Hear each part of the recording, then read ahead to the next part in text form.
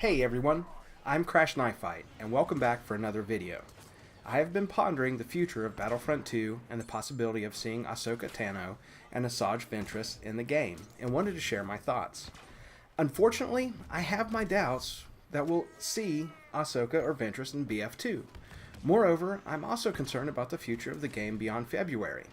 Many players, and you may be among them, want to see these two characters make their way into the game. Personally, I think Ahsoka and Ventress are some of the best Star Wars characters from any of the animated series, and frankly, from the Star Wars universe as a whole.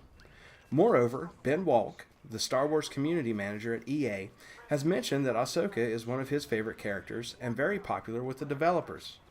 As popular as these characters may be, we have to face reality and consider some of the facts working against Ahsoka and Ventress, as well as what the future holds for the game in general. For starters, we have to look at the big picture, which is the future of Battlefront 2 this year. The only content we know for sure that is coming are a couple new clone skins, Anakin, whatever this capital ship interior content will consist of, and the new game mode, which everyone is hoping will resemble Galactic Conquest from the original Battlefront games in the early 2000s. All of this content is due this month, and I do not think it is hyperbole to state that the future of Battlefront 2 rides on February. This is a significant amount of content, and if it comes close to delivering what many hope, then it could potentially bring some players back, add new players, and finally sway some of those that so desperately wanted a Galactic Conquest type mode. It is reasonable to think that EA and DICE will look at the success of the February content as a determinant on whether or not to continue investing resources on the title. There is another wrinkle, however, when it comes to allocating resources for DICE, and that is Battlefield 5. The last of the announced free content for Battlefield 5 rolls out in March, nearly dovetailing with the last of the content for BF2. Although there is not much in the way of news considering the future of Battlefield 5, if DICE and EA decide to produce more content for that game, it could pull resources away from BF2, much like they did prior to Battlefield 5's release before returning those developers back to BF2 afterward. So, our best hope for more content past February is for this new content to be a smashing success. Let's say DICE and EA continue to develop new content for BF2. There are still other factors that makes me hesitate in saying we will see Ahsoka and Ventress in the game. For starters, let's talk about the balance of lightsaber users versus blaster wielders amongst the heroes and villains. Once Anakin comes to the game, we will have 5 blaster wielders and 5 saber wielders on the light side. On the dark side, we now have 5 saber wielders plus Palpatine as a Force user and only 4 blaster wielders. That alone does not mean much, but consider that the last 4 characters brought to the game were all saber wielders.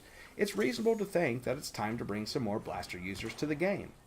On top of that, there are some BF2 fans requesting characters like Cad Bane and Padme, which would also make sense if there's a continuation of the Clone Wars season. I also wonder about how the developers could create unique abilities for Ahsoka and Ventress. In an article on the BF2 website titled The Making of a Hero in Star Wars Battlefront 2, it states that the abilities are usually tied to iconic actions that the character is known for, like Darth Vader's Force Choke. Ahsoka and Ventress enjoyed plenty of screen time in the Clone Wars series, and Ahsoka even more in the Rebels cartoon. But I worry if they distinguish themselves enough with their abilities to make them unique in the game. As far as their fighting styles go, they absolutely distinguish themselves. Both wield dual lightsabers with a unique style unto themselves, and both are very acrobatic and quick. On the ability side, however, I'm not so sure. Ahsoka could possibly have some type of saber rush, or possibly even an aerial attack of some sort, or even a frenzy type ability where she bounces between enemies dealing damage. But again, I'm not sure that distinguishes her enough from Luke, Rey, or Yoda. Ventress, on the other hand, may have a little more to work with. She uses a Force Choke often, which we do see in 2 forms via Maul and Vader. But in many of her fights, she uses the Force to hurl objects at her enemies. I have no idea how that could be incorporated into the game, but it is one angle that could be worked. Another possibility for her would be some type of cloaking ability where she is invisible to enemies. You may recall that in the Clone Wars series, she infiltrates Count Dooku's palace with 2 Night Sisters and attacks the Sith Lord while invisible. The upshot here, however, is that I am suspicious whether or not DICE can find 6 more unique abilities to bestow upon lightsaber users. One other small factor that concerns me about these two characters. I have wondered about the difficulty in bringing these two animated characters to a photorealistic game like BF2. All of the character models for the heroes and villains thus far in the game are based off the actors that portrayed them in the films. Barring General Grievous, of course, who is basically CGI.